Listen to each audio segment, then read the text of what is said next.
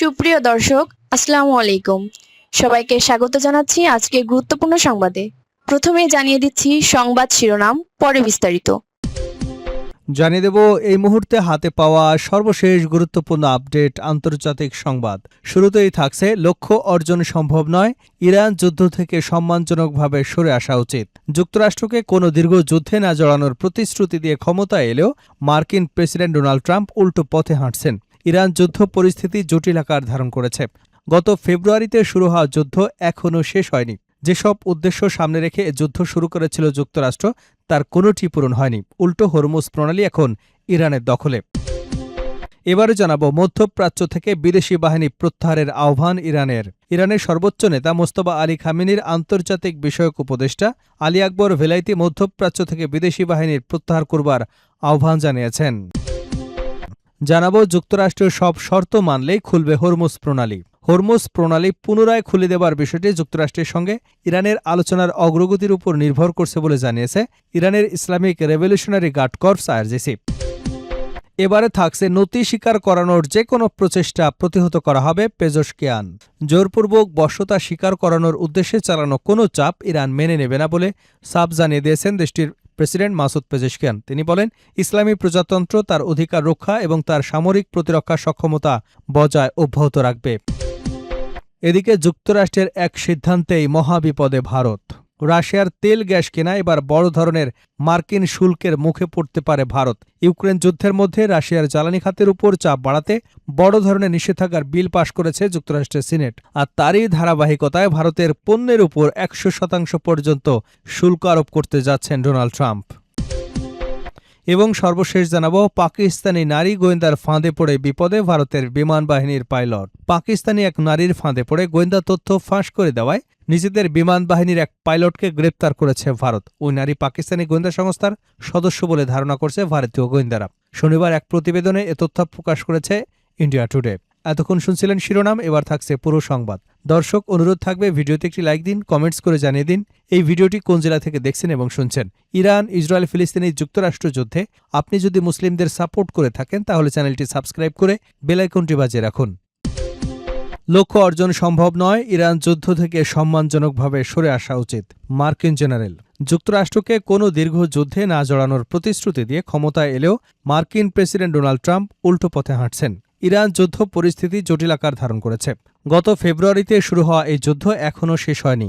যেসব উদ্দেশ্য সামনে রেখে যুদ্ধ শুরু করেছিল যুক্তরাষ্ট্র, তার কোনোটি পূরণ হয়নি। উল্টো হরমুজ প্রণালী নিয়ে অনিশ্চয়তা প্রকট আকার ধারণ করেছে। এমন পরিস্থিতিতে মার্কিন সামরিক জয়েন্ট চিফ অফ স্টাফের চেয়ারম্যান জেনারেল ড্যান কেইন নিজেই ট্রাম্পের উপদেষ্টাদের যুদ্ধ থেকে সম্মানজনক কায়দায় সরে আসার উপায় খোঁজার পরামর্শ দিয়েছেন।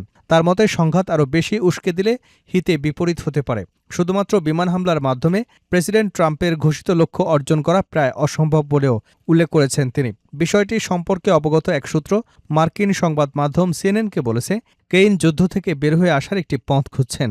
সূত্রের তথ্য অনুযায়ী সিআইএ ডিরেক্ট অন র্যাডকেলি, পররাষ্ট্রমন্ত্রী Marco Rubio, vice president JD Vance সহ ট্রাম্প ক্যাবিনেটের অন্যান্য গুরুত্বপূর্ণ কর্মকর্তাদের সঙ্গে বিষয়টি নিয়ে আলোচনা করেছেন কেইন।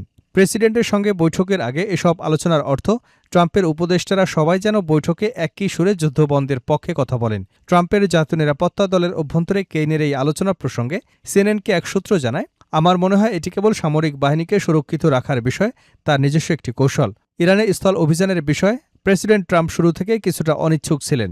এর বদলে তিনি মনে করেন কেবল বিমান থেকে ভারী বোমাবর্ষণের মাধ্যমে ইরানকে চুক্তিতে আসতে বাধ্য করা সম্ভব। তবে কেইন এবং ট্রাম্প ক্যাবিনেটের আরও কয়েকজন মনে করছেন এই সম্ভাবনা বেশ ক্ষীণ। তাই তারা প্রেসিডেন্টের নির্দেশনার ভেতরে থেকেই অন্য বিকল্প তৈরির চেষ্টা করছেন। এ বিষয়ে সিএনএনের এক প্রশ্নের জবাবে কেইনের মুখপাত্র জোসেফ হলিস্টেড বলেন, প্রেসিডেন্ট, প্রতিরক্ষা মন্ত্রী বা অন্যান্য ঊর্ধ্বতন নেতাদের সঙ্গে চেয়ারম্যানের গোপন আলোচনার বিষয়ে আমরা কোনো মন্তব্য করি না। একই সঙ্গে এই আলোচনায় অনুপস্থিত সূত্রগুলোর অজ্ঞাত এবং উদ্দেশ্য প্রণোদিত মন্তব্য সম্পর্কেও আমাদের কোনো বক্তব্য নেই।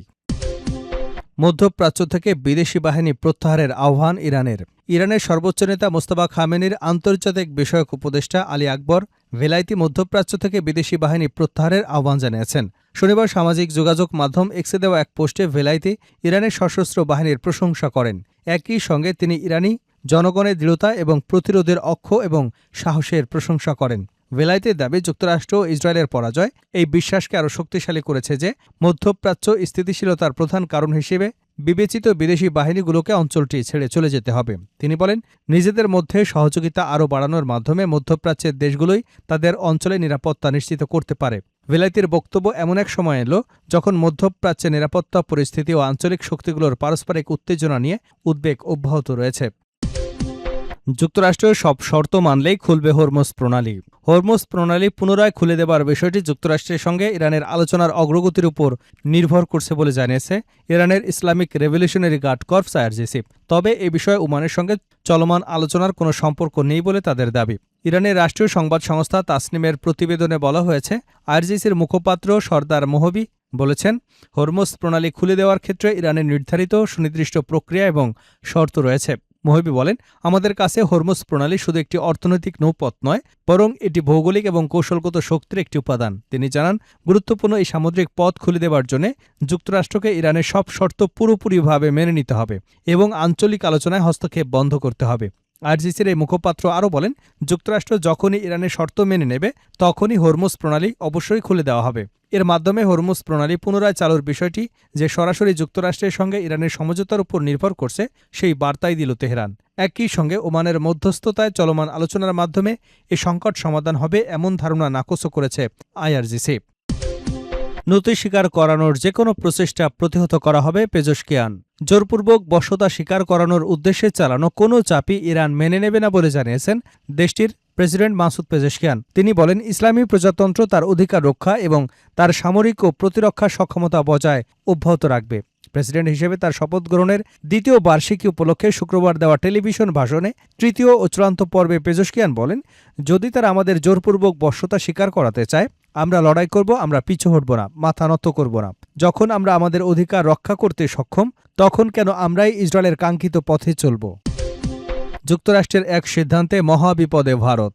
রাশিয়ার তেল গ্যাস কেনায় এবার বড় ধরনের মার্কিন শুল্কের মুখে পড়তে যাচ্ছে ভারত। ইউক্রেন যুদ্ধের মধ্যে রাশিয়ার জ্বালানি তেলের উপর চাপ বাড়াতে বড় ধরনের নিষেধাজ্ঞার বিল পাশ করেছে যুক্তরাষ্ট্রের সিনেট। শুক্রবার ভোটে পাশ হওয়া বিলটিতে রাশিয়ার তেল এবং গ্যাস আমদানিকারক দেশগুলোর উপর সর্বোচ্চ ১০০% পর্যন্ত শুল্ক আরোপের সুযোগ রাখা হয়েছে, এমনটাই জানিয়েছে এএফপি, রয়টার্স ও আল জাজিরা।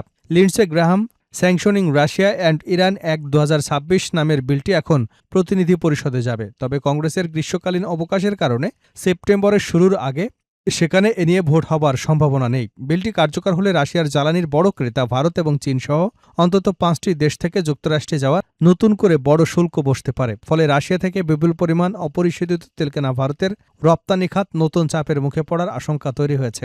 একই সঙ্গে পশ্চিমা নিষেধাজ্ঞা এড়িয়ে রাশিয়ার জ্বালানি পরিবহনে ব্যবহৃত গোপন সামুদ্রিক নেটওয়ার্কগুলোকে নিষেধাজ্ঞার আওতায় আনার কথা বলা হয়েছে।